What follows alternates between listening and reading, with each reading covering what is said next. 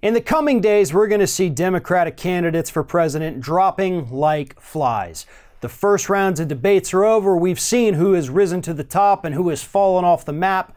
And again, we're going to see a lot of campaigns end within the next few days here.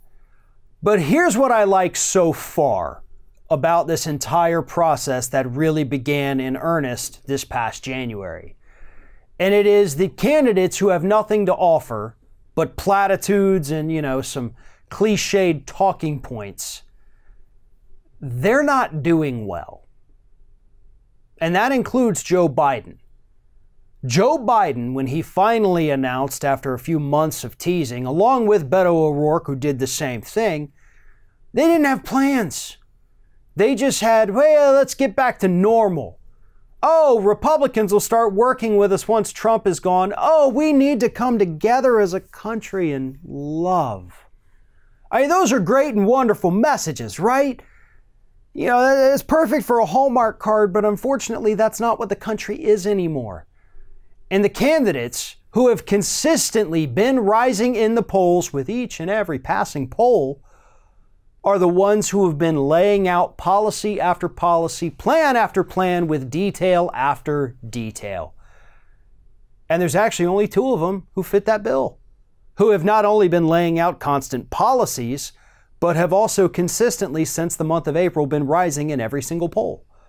And those two people are Bernie Sanders and Elizabeth Warren. And I know I've mentioned that before about them rising in every poll, but that's why it's important. Because right now we can't look at individual poll numbers and say, oh, okay, this person's going to get it. No. Instead, you have to look at trends. After all, here's a little bit of history for you. On September 5th, 2015, Carly Fiorina was actually at the top of the Republican polls. Carly Fiorina was winning in both Iowa and New Hampshire on September 5th, 2015, when those polls were released.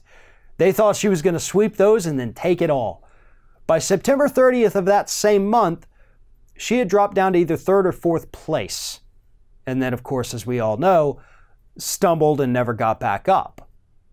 And the reason I point that out is because individual polls don't mean anything this far out. Trends, on the other hand, who is consistently rising, that does matter. And that means everything. And it's not a coincidence that the only two people who are consistently rising instead of ups and downs and further downs and a little up and then down is because they're the two putting out the most detailed and elaborate policies to help American citizens. And I know there's a lot of people on the left who are attacking Elizabeth Warren right now, which I feel a lot of it is way out of line. Yes, she has been wishy-washy on Medicare for all, and that is cause for concern. Even I am not happy about that. Just as I'm not happy with Bernie Sanders' vote to give the gun industry immunity from lawsuits. That's a big black mark on his record. Neither of them are perfect, but they're both leaps and bounds better than everybody else running for president on the Democratic side. And I don't buy into the weird argument that some on the left are trying to make that Elizabeth Warren is somehow some kind of secret corporatist establishment type. Literally nothing in the woman's history that would suggest that she's going to be a corporatist or somehow be soft on Wall Street. That's insane. If you're out there making that argument, you shouldn't be allowed to make arguments anymore because it's stupid. But back to my original point, which I have somehow veered way far off from. They're rising because they're talking about issues. They're rising because they have plans and they have ideas. Hopefully, when all is said and done, when we hit that 12th Democratic debate, hopefully at that point there's only two people left on the stage. Bernie Sanders and Elizabeth Warren. They both have some incredible strengths. They both have a couple of weaknesses. And yeah, I do agree. I think Elizabeth Warren has more weaknesses than Bernie. Bernie's the person to beat right now. And polls also show Bernie's the person to beat Trump.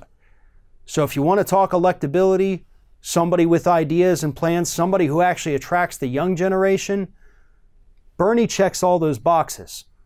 Elizabeth Warren checks most of them, but no other candidates currently running even come close to checking as many of those boxes as both Bernie and Elizabeth Warren. And it's because they're out there talking about issues and not delivering stupid talk in the form of platitudes to try to make us all feel happy.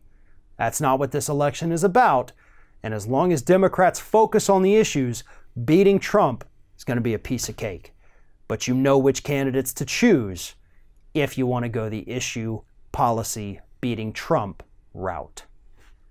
Thanks for watching, everybody. And don't forget, if you like what you see here, like, comment, share, and subscribe to our channel. And now you can also become a member of Ring of Fire and get exclusive early access to certain Ring of Fire videos all throughout the week. Just click on the little join button right below the video.